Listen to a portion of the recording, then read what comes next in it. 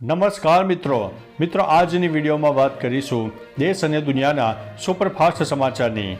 સૌપ્રથમ વાત કરીએ તો પશ્ચિમ બંગાળમાં શેખ શાહજહાંની સીબીઆઈ દ્વારા પૂછપરછ હાથ ધરવામાં આવી છે। 5 જાન્યુઆરીએ સંદેશ ખાલીમાં શાહજહાંના સમર્થકોએ ઈડીની ટીમ ઉપર જીવલેણ હુમલો કર્યો હતો, જે અંતર્ગત સીબીઆઈ દ્વારા તેમની પૂછપરછ હાથ ધરવામાં આવી છે। અન્ય મહત્વના સમાચારની વાત કરીએ તો વિશ્વના સૌથી શક્તિશાળી રોકેટનું 14 માર્ચે પરીક્ષણ કરવામાં આવશે, જે ભારત માટે અગત્યની વાત કહી શકાય છે। સ્ટારશિપના પ્રથમ અને બીજા ટેસ્ટમાં વિસ્ફોટ થયો હતો, જે અંતર્ગત હવે 14 માર્ચે ફરીથી પરીક્ષણ કરવામાં આવશે।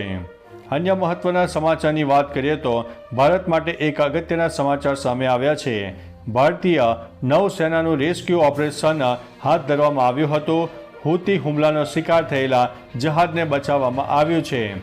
મિસાઇલ એટેકમાં 3 ક્રૂ મેમ્બરના પણ મોત થયા હતા અને 21 લોકોનું રેસ્ક્યુ પણ કરવામાં આવ્યું છે। તો ચાલો મિત્રો, ફરીથી દેશ અને દુનિયાના સુપરફાસ્ટ સમાચાર લઈને મળતા રહીશો। ત્યાં સુધી અમને રજા આપશો। નમસ્તે।